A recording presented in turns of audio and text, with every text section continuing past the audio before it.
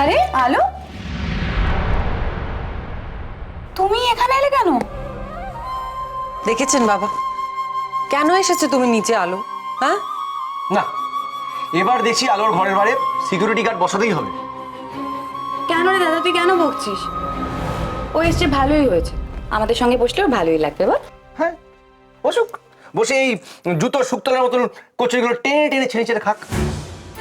খাও খাও, এসো এসো এসো। কেন? কচুরি তো ভালোই হয়েছে, দেখেছো বাবা? ও কি যে কষ্ট তুই, কচুরি তো সত্যই ভালো হয়েছে। দাও ছোট বউ, মনে হয় দুখান কচুরি দাও। না, আমি তো এমনি এসেছিলাম।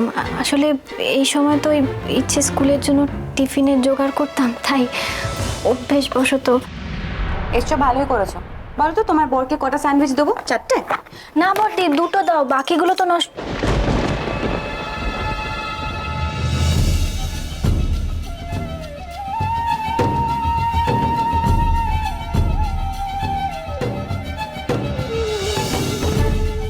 বর্দি, তোমার ছোট ভাই কি নিজের মুখে কথাগুলো বলতে পারছে না? বড় দেওয়া টিফিন লাগবে না, আমি অফিসে খেয়ে নেবো, আমি আসছি। না, একদম না। খাবি না আবার টিফিনও নিবি না, মানেটা কি? হ্যাঁ, আমি তো বলছি আমি অফিসে ক্যান্টিনে খেয়ে নেবো দিদি, চিন্তা করিস না তুই। আরে আরে দাঁড়াও।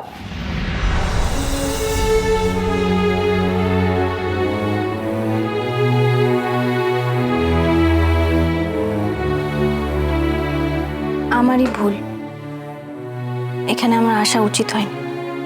দাঁড়াও,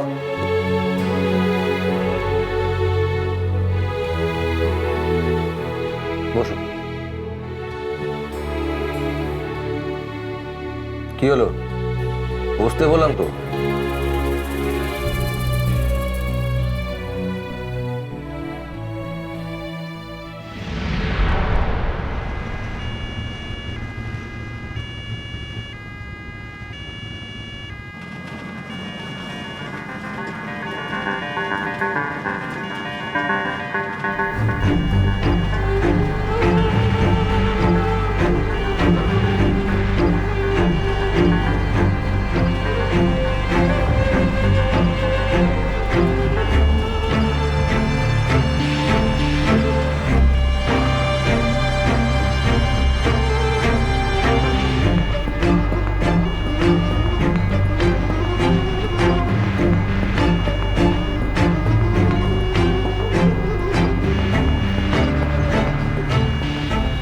কতক্ষণ লাগবে মনে হয় ওটা পৌঁছাতে? আর মনে হয় মিনিট 45 লাগবে স্যার। তবে আমাদের একটু চারিদিকটা ভালো করে নজর রাখতে হবে স্যার। এরা সব ঝানু ক্রিমিনাল।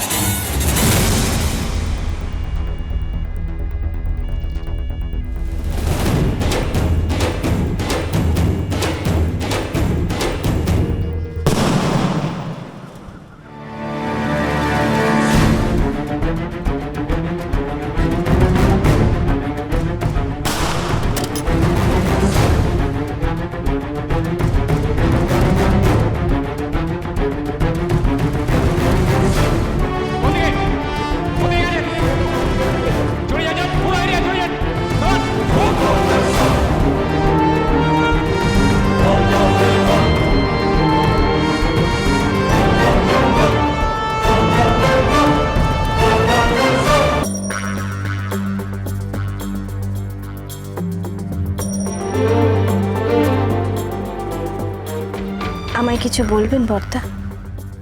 হুম, বলবো। এতদিন অনেকে অনেক কিছু বলেছে তোমাকে, আজ আমি বলবো। সৌরভের সাথে তোমার কিসের ঝামেলা?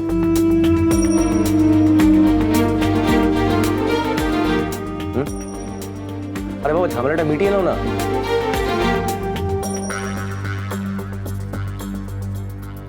দেখো, আর চুপ করে আছো কেন? আচ্ছা, যাকে নিয়ে ঝামেলা সেই তো এখন নেই।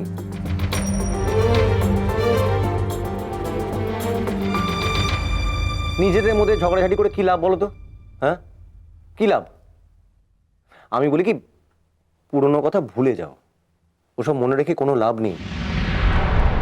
কথাগুলো তো পুরনো হয়নি বর্দা।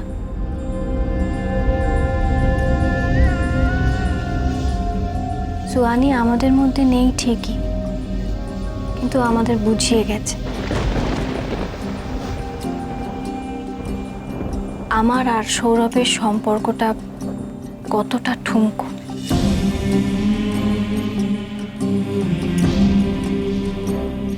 দেখুন না, বিশ্বাসটা কিভাবে চলে গেল।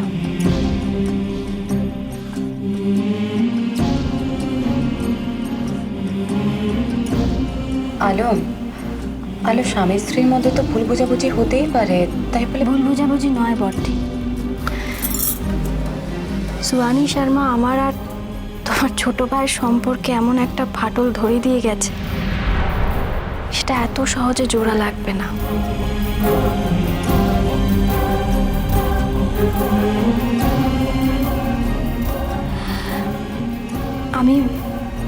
আমি ছোট হয়ে আপনাদের সামনে অনেক বড় বড় কথা বলে ফেলছি বাবা।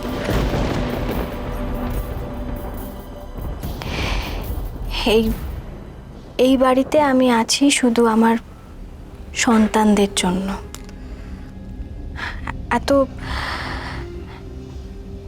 এত সহজে না আমি আগের কথাগুলো ভুলতে পারবো না, আগের মতন আপনাদের সঙ্গে সহজ হতে পারবো না আমি।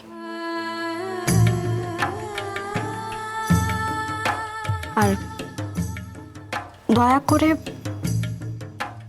আমাকে সৌরভের সঙ্গে মিটমাট করতে বলবেন না, আগের মতন সহজ হতে পারবো না আমি।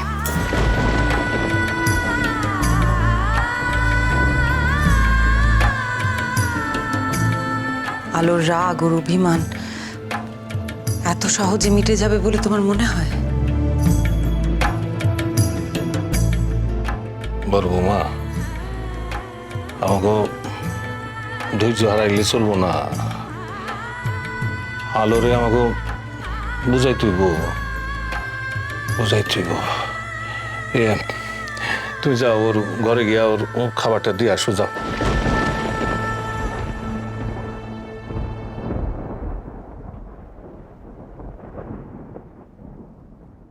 তুই বর্ষা বিকেলের ঢেউ,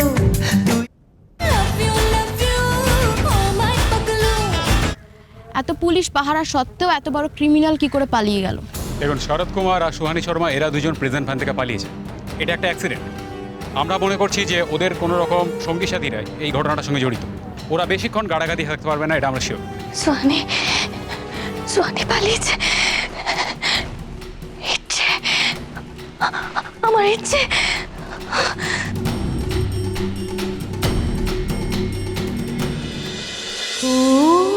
নালো